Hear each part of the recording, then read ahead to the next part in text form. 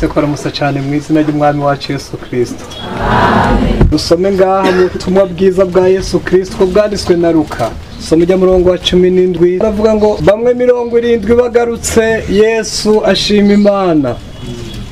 Nuko bamwe Mirongirindwi bagarukana umunezero bati mugenzi abadayimoni nabo baratwumvira mu izina ryawe. Arababwira ati nabonye Satani avuye mu ijuru akoroka nk'umuravyo. Mbahaye ububasha bwo gukandagira inzoka na sikorupiyo nubwo kunesha ubushobozi bwa wa mwasi bwose, kandi nta kintu kizogira ico kibagira na gatoya.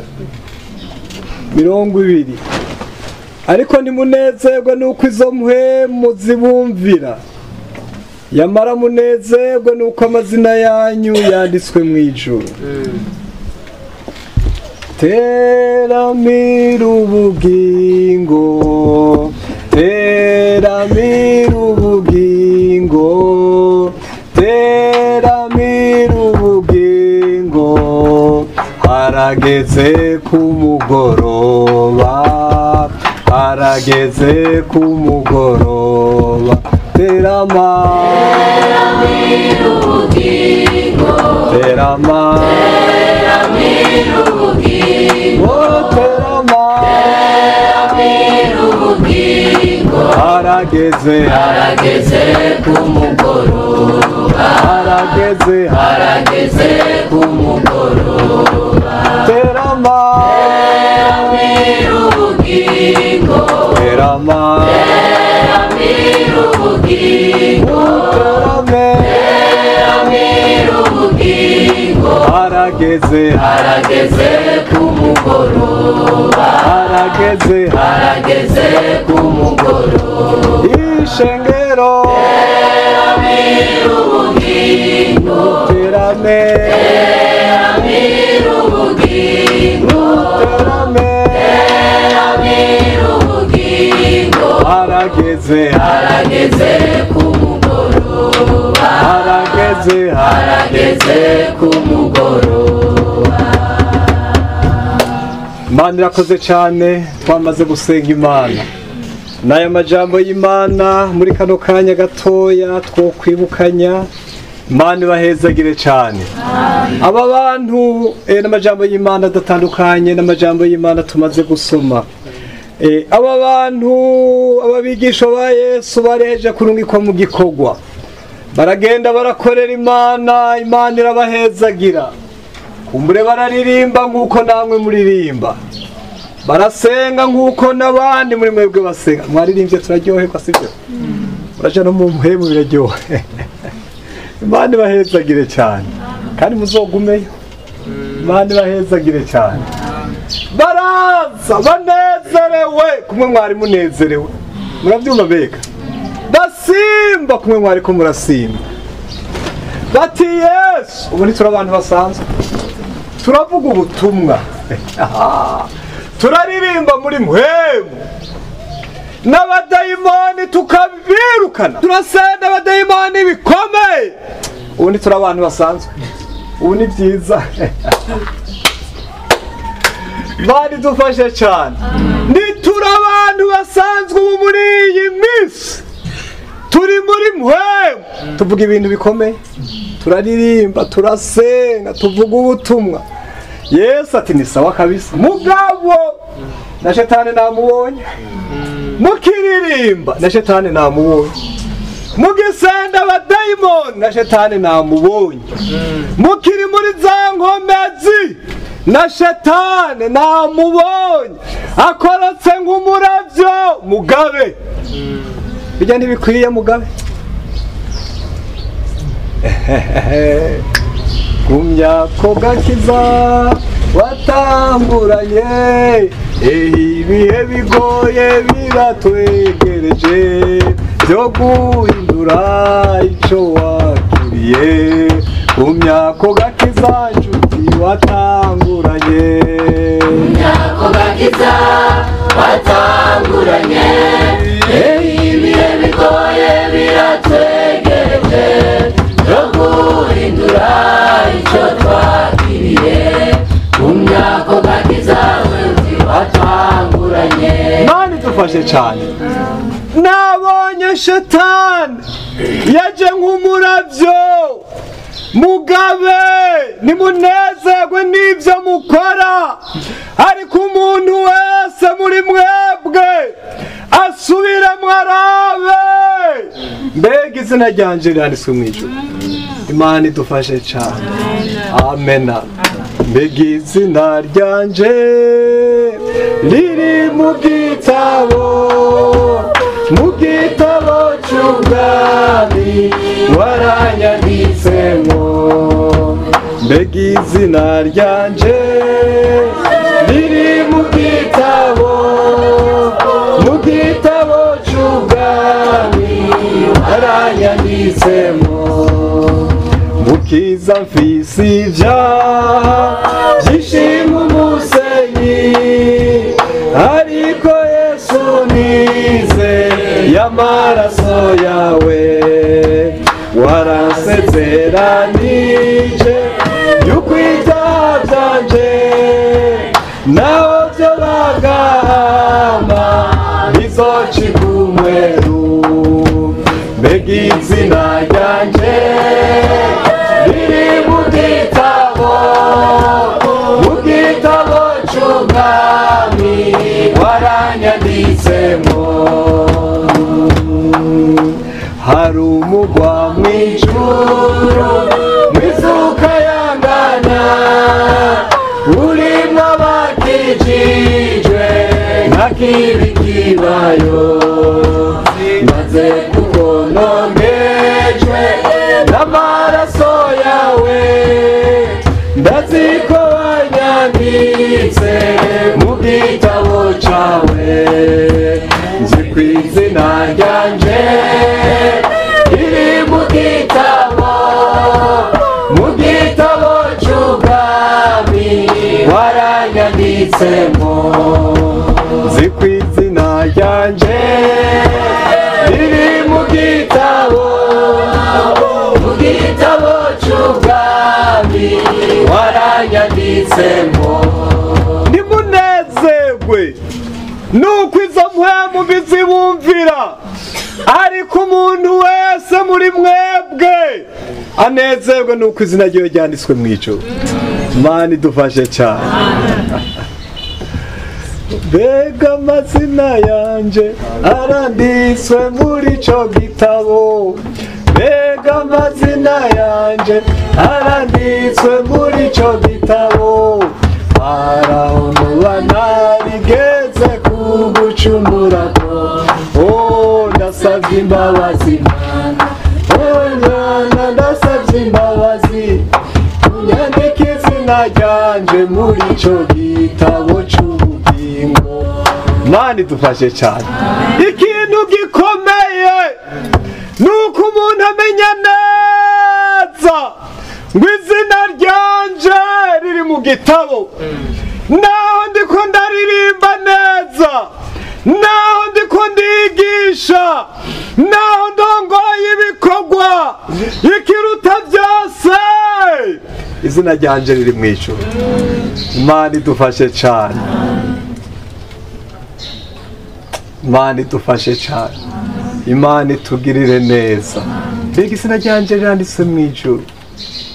Mbese izina ryanje ryanditswe mu gitabo. Mwami Yesu nifuza kubimishurira, kugira ngo menye uko nkwiriye kwifata, nambe ejo ntazavaho nibeshe ubugingo.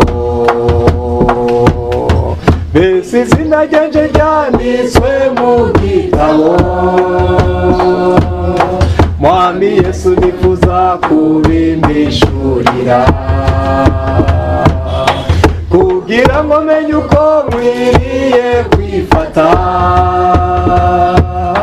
nambe ejo ntazavaho nibeshe ubugingo. Mana idufashe cyane. Iyo muririmbye ava mu kuririmba neza nico vyomarira. Mana idufashe kwigisha neza nico vyomarira, ngo kumenywa n'abashumba nico vyomarira. ibitunganywa n'abakristo ntacyo vyomarira ngo icogira ikimazi nuko izina ryanje ryoba ryanditswe mw'ijuru nuko nomenywa n'umwami wanje. Imana idufashe cyane, Imana itugirire neza. Uyu munsi abitwa abakozi b'Imana ni benshi, amatitire akomakomeye, apotre, Imana idufashe profete. Nta muntu agomba kuba mutoya revera, umuntu wese avuga ibyo amazi ibyo ashoboye, ariko hejuru byose ikintu gikomeye, amazina yacu aranditswe mw'ijuru. Imana idufashe cyane. Amajambo y'Imana tutarinda gusoma, dufite imyanya mitoya duhava tunarangiza, si umwanya munini. Amajambo ntarinze gusoma, abantu ngo bazorenguka imbere y'Imana bavuye ngo mwami mwami, twavugishwa mu izina ryawe, twasenda abadayimoni mu izina ryawe, twakoreshejwe ibikorwa bikomeye mu izina ryawe, ngo azovuga ngo sinigeze nabamenya. Imana idufashe cyane, Imana itugirire neza, Imana idufashe cyane. Ikibazo kinini yafise, amazina yacu aranditswe mu gitabo. Wibuke ko Mose yakora ibitangaza abanyamareba bakabikora, ariko hari akantu karengeje, yarazwi mw'ijuru kugeza abantu bavuga ngo ibindi tubishoboye, ngo ibi n'urutoke rw'Imana. Imana idufashe cyane. Mose araturuta n'urutoke rw'Imana, ibi n'urutoke rw'Imana rubikoze. Si Mose, si Mose. Mose arazwi mw'ijuru, hari ikindi kimukoresha kiturengeye, urutoke rw'Imana. Mose yanditswe mw'ijuru, ibyo akora bikoreshwa n'Imana. Bene data abakozi ni benshi, nturirimba gusumbya abandi, barafise n'amajwi agororotse, barabyize, ariko igikomeye ni ubu bushobozi buva mw'ijuru, kuko urazwi mw'ijuru. Imana idufashe cyane.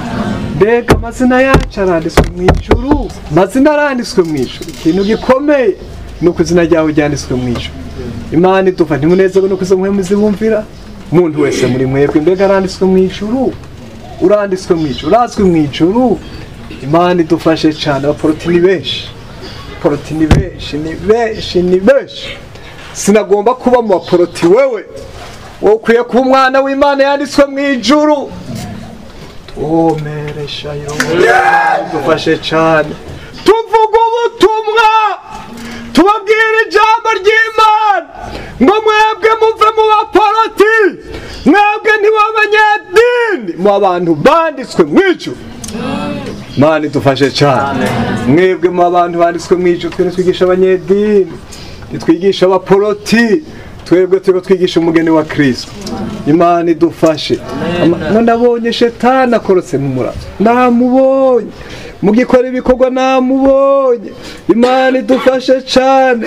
Akoroka nk'umuravyo, ariko ngo kuzobigomba ndabahaye ububasha, kuzobigomba ndabahaye ububasha bwo kumunesha. Ndagira mbwira umuntu wese muri mwebwe ngo niyabigomba, afise ubushobozi bwo kunesha shetani. Uko yogira kose, uko yoza kose, kuzabigomba, kuzavyemera, hari ubushobozi bwo kumunesha. Imana idufashe cyane. Imana itugirire neza. Nahaje nk'umuravyo. Imana idufashe. Imana itugirire neza. Mu gitabo ca mbere c'Abami igice ca 13 ku murongo wa mbere, umuntu w'Imana yavugishwa igicaniro ca Yeroboamu. Yeroboamu wagihagaze ku gicaniro, agira yose imibavu, haza umuntu w'Imana avuye i Buyuda aje i Beteli azanywe n'ijambo ry'Uhoraho, avugana ijwi rirenga, avugishwa n'ijambo ry'Uhoraho. Bari ico gicaniro atewe wa gicaniro, uko niko hagize ngo mu nzu ya Dawidi hazovuka umwana yitwa Yosiya, ngo kandi abaherezo mu bitabo vyo ku mpinga z'imisozi bahora bose zimibavu kuri wewe, ngo yazobatanga bwa kimazi kuri wewe nyene, ngo kandi kuri we niho bazoturira amagufa y'abantu. Kandi kuri uwo munsi nyene abaye ikimenyamenya ati iki nico kimenyamenya waratanze, igicaniro kigira gisaduke, umunyota wacu useseke. Kandi maze umwami Yeroboamu yumvise ijambo uwo muntu w'Imana yasemereye avuye kuri ico gicaniro c'i Beteli, amutunga ukuboko ahagaze ku gicaniro, aravuga ati nimufate. Uwo mwanya ukuboko yaramutunze guca kuranyunyuka, bituma adashobora kukwigarukana. Igicaniro naco gica kirasaduka, umunyota wo kuri cyo uraseseka, nguko imenyamenye uwo muntu w'Imana yabahaye kiri abibwishwe n'ijambo ry'Uhoraho. Maze umwami abarira uwo muntu w'Imana ati ngingo Uhoraho Imana yawe ampangaze ansabire ukuboko kwanje gukire.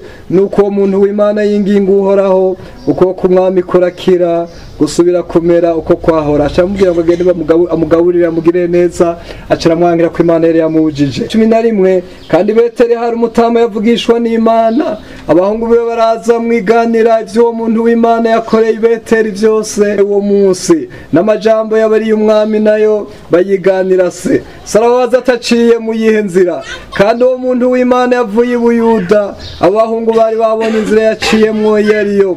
Nuko abarira abahungu be bati nimunshire amatandiko ku ndogoba, bayimushiriye ko arayurira. Akurikira uwo muntu w'Imana asanga yicaye munsi y'igiti c'umweroni, aramubaza ati mbega ni we muntu w'Imana waje uva i Buyuda? Nawe ategome ni jewe. Aramubwira ati ngwino dusubirane inyuma ufungure. Aramwishyura ati sinemera gusubirana inyuma nawe, canke tujane iwawe canke ngo ngico nsangirira nawe ahantu hari ico kurya canke hari ico kunywa, kuko nabariwe n'ijambo ry'Uhoraho ngo sinze ngira ico ndya canke ngo nywe n'amazi, kandi ngo sinze nsubire mu nzira nazananye. Nawe aramwishyura ati nanje nduvugishwa n'Imana nkawe, kandi umarayika yambari yavugishijwe n'ijambo ry'Uhoraho ati genda umugaru umujani wawe umuha icarya n'icanywa. Ariko yaramubesha. Nuko basubirana inyuma bashitsi we amuha icarya n'icanywa. Bakiri kumeza ijambo ry'Uhoraho aza kuri bamuvugishwe yamugaruye, avuga n'ijwi rirenga abari uwo muntu w'Imana avuye i Buyuda ati niko Uhoraho ngo ko wanse kumvira ijambo ryiwe, niwitondeye icagezwe ciwe Uhoraho Imana yawe. Ariko hagaruka ukarya ukanywa ukanywera n'amazi ahantu yakubujije, ngo ntuzugishe urya canke icunywa, ngo nuko rero umuvyimba wawe ruzoroshika mu mva y'abasogokuruza. 24 ngo nuko aragenda ahora n'intambwe iramwica, umuvyimba wirambara mu nzira, indogobe ihagarara iruhande, intambwe ihagarara iruhande y'uwo muvyimba. Maze abantu baciyeho n'uwo muvyimba urambaraye mu nzira, ni intambwe ihagaze iruhande, baragenda bivuga mu gisagara aho muvugishwa mutama yaba.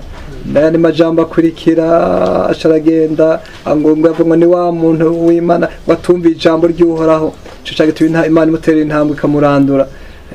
Hariya ngo shira amatandiko 48 aragenda asanga aho muvyimba uri n'indogoba. 29 ngo nuko muvugishwa mutamatero wo muvyimba n'ibindi bikurikira. 30 ngo ahamba uwo muvyimba mu mva yiwe yari yiyimbiye, baramuborogera bati yo ewe mwene data. Imana idufashe cyane. Amajambo y'Imana n'amajambo ryoshe twaronkera imyanya, Imana ibahezagire cyane. Ariko nagomba kuvuga uyu muvugishwe akoreshejwe ibintu bikomeye. Nimunezerwe nuko mukoreshejwe ibintu bikomeye. Nabonye na shetani akorotse nk'umuravyi. Uyu muvugisha Imana yaramwizigiye mukuri Buyuda, imujana hariya mu Bisirayeli Samariya.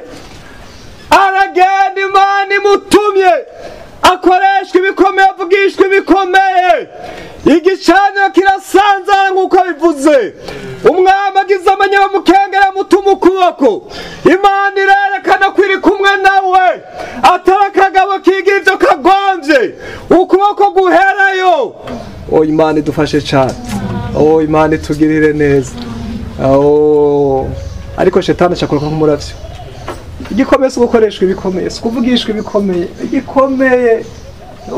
N'uyu muntu yubaha Imana, kagwanira kwizera ryo mu gitabo c'ubugingo, arihagarara ko gatoya, arangira umwami ko amugaburira. Mu nyuma aragenda, shetani umukozi w'ikibi aravuga ati ndakorose ntegerezwa kumwereka.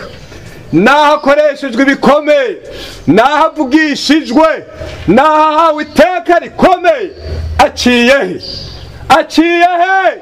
Baragenda ngo barabwira wa mutama aciye he? Ngo bari babonye inzira yajanye. Shetani ariko arabaza ngo aciye, apfukama he, asengera he?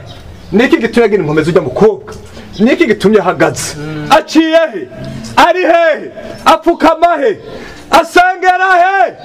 Asoma ijambo ry'Imana ryari? Agendana nande? Aciye he? Shetani ari nyuma yawe. Mana idufashe cyane. Ugabe ico gituma muri iyi minsi umaze kugabura ingene aho rusenga. Shetani yaramenye inkomezi zawe aho ziva. None abantu bizi ko gabanije gusenga. Ugira ngo ataraka karira ufise uyu mwanya, ugira ngo yacasenga uko wahora, ko wisonzesha.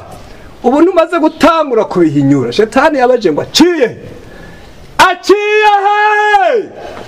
aciye Imana ikubabarire ugabe nutabera amaso ubugingo bwawe shetani ari inyuma y'uwawe yavuze ngo azorenga ndenguka muranyumva mbega tugisome batwigisha imigani bahatwisha turi muri primaire bakaduha ibitabo birimo imigani harimo ibintu by'ibisizimo ibisizimo bikavuga ngo nzokwigira inkumi nziza ndakurye uranyumva mbega uzoca mwisha musange nigize inkoni nziza ndakurye ari umukobwa nawe nzokwigira umusore mwiza ndakurye niko igisizimo kivuga aciye he nabonye shetani akorotse nk'umuravyo Imana idufashe cyane nzokwigira amafaranga ndakurye umviriza ndakubarire umuntu wese agwaniye ku izina ry'Imana mu gitabo cy'ubugingo uyu mugabo yari yavugishijwe yari yakoreshejwe ibikomeye Mose ati aciye acagenda kwa wa mutama w'umuvugishwa yaguye yabaye mu banyavyaha ntihagire icabuza bagakora ivyaha bame bagakora ivyaha bakavanga ivy'Imana ibindi ntihagire icavuga bamwe muri mwebwe abantu baronona ibintu ntimuvuge nimwerekane nuko mwakijijwe niko uyu muvugishwa mutama yarameze ukava ngo ucunze ubugingo bwawe bwonyene ntuvuge ivy'agakiza kiwawe ntiwerekane ingene wakijijwe abantu baravuga ubuyo buri ngaho oye ntunashishwe uri kuramera nk'uyu muvugishwa mutama Imana idufashe cyane Imana itugirire neza mbere data Imana idufashe uyu muvugishwa mwiza acarasamara amagorwa yiwe yibagira igihugu ari mw'icarico yibagira ahari ko ari muri zone rouge ngo ashika munsi y'igiti yari yatanguye n'umuvuduko agatereka mpunge ivy'Imana yambwiye bishikije ngene gushinga intahe ngo ashika munsi y'igiti aricara uyu mwete mukusigaranye mu gusoma ijambo ry'Imana uranteye ubwoba uyu mwete mukusigaranye mu gusenga watanguranye umuriro watanguranye umuvuduko none uyu munsi inyota y'ijambo ry'Imana si nyinshi nukuri nawe urabizi ngo usoma ijambo ry'Imana ko atamwete muri niyo urimo usoma WhatsApp usoma izindi nkuru wumviriza izindi nkuru zirakuzuyemo ariko umwete gupfuka mbere y'Imana si mwinshi n'uyu muvugisha yatanguranye umuvuduko ariko aragenda aragabanduka mu nyuma aronka igiti yicara munsi sinzi igiti wicaye munsi nawe sinzi ikintu wizigiye hari ikindi gitutu waronse Imana ikubabarire cyane hari ibindi byizigiro waronse hari ayandi mahoro waronse hari uwundi munezero waronse hari ahandi ahantu uruhukiye waronse ikindi kintu wicaye munsi amahoro araje atariyo ndafise ubwoba Imana idufashe cyane ariko ya ntabwo igenda yivuga irondera ikintu irosa Imana idufashe cyane iriko irarondera ikintu irosa shetani ariko arabaza ngo aciye hehe amagorwa basanze wa muntu yicaye yabandanye urugendo uyu muvugishwa atariwe ntiyari kumuhanza Imana idufashe cyane Imana itugirire neza shetani namubonye akorose nk'umuravyo bene data mugwana intambara muge mu gitabo cy'ubugingo Imana idufashe cyane va munsi y'ico kintu wicayemo ico kintu cagutumye wiyibagira ukicara ukanezerwa ubu rero uratwenza agatwengo Imana idufashe waronse ikindi kintu kikuryohera kera waryoherwa n'ijambo ry'Imana ariko uyu munsi siryo rikuryohe hari izindi nkuru zikwende uri très intéressé n'izindi nkuru ubu kabisa uri très uri informe ku bindi bintu ariko ivy'ijambo ry'Imana uri kurinjira ibwina mu ijambo ry'Imana gusenga nturiyo gose Imana ikubabarire Imana ikubabarire shetani yakora bati aciye ujya mukobwa aciye ujya mukobwa Imana idufashe cyane Imana itugirire neza twe gusomera amajambo y'Imana muzosoma ingene shetani yakorose nk'umuravyo kwa Samusoni muzosoma hariya mu bacamanza 16 umurongo wa mbere ingene shetani yakorose nk'umuravyo kwa Samusoni ngo abona maraya aca yinjirayo banyuma mbega maraya Imana idufashe uyu munsi ba maraya nabonye ko aragenda mu mayeri yabo ariko bariko barahamagara umusore nka wewe umukobwa nka wewe Samusoni shetani yaje nk'umuravyo amuzanira maraya ya maraya. Shetani yaje nk'umuravyo kwa Samusoni yaje gukora ibintu bikomeye amuzanira maraya. Agaragara ko nawe maraya arakugomba. Imana idufashe cyane, Imana idufashe cyane. Maraya bikora twengera maraya ye warakoreshejwe ibintu bikomeye. Shetani ngo nzokwigira inkumi nziza ndakurye, nzokwigira umusore mwiza afise amahera afise imiduga afise ndakurye. Shetani namubonye kurose nk'umuravyo. Imana idufashe cyane. Uragiye munsi yavyo uribagiye Imana. Nabonye shetani akurose nk'umuravyo, azanye amazu, azanye n'amahera, azanye ibintu vyiza. Shetani nuba araje nk'umuravyo akuzaniye amahera, ariko amahera ntakukure mu gitabo c'ubugingo. Nimuriko muravyumva gose? Ariko muravyumva?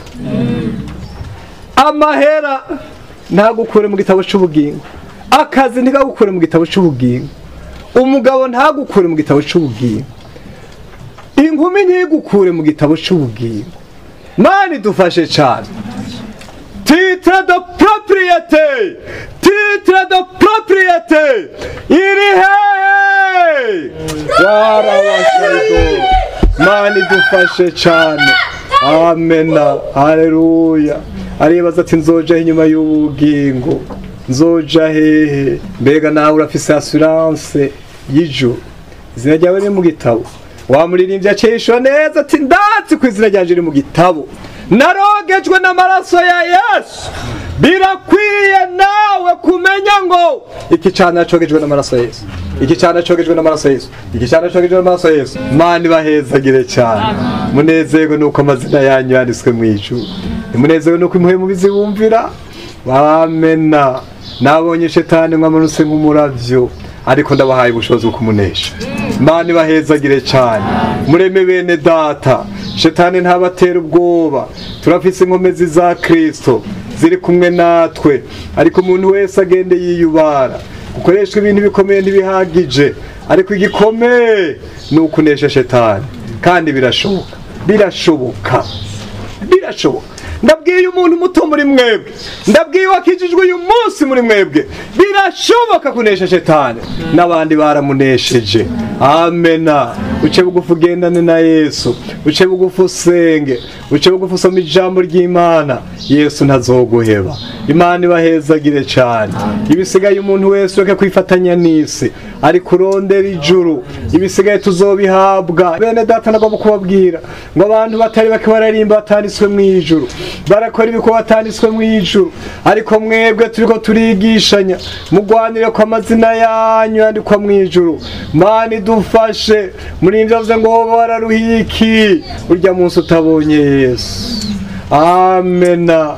Abantu bameze nk'abazova ngo twahora turirimba, twaravugishwa, ariko ugwanire kuzoshika mu ijuru. Nase amajambo y'Imana mwese muyumvise. Imana bahezagire cyane. Birashoboka kuri mu minsi usamaye, birashoboka kuri mu minsi y'intege nke usamaye gose. Mu izina rya Yesu turaguhaye kazi imbere y'Imana. Imana yongere kwibutse mugenzi, Imana ibahezagire cyane, Imana yongere kwibutse, Imana yongere gukangure.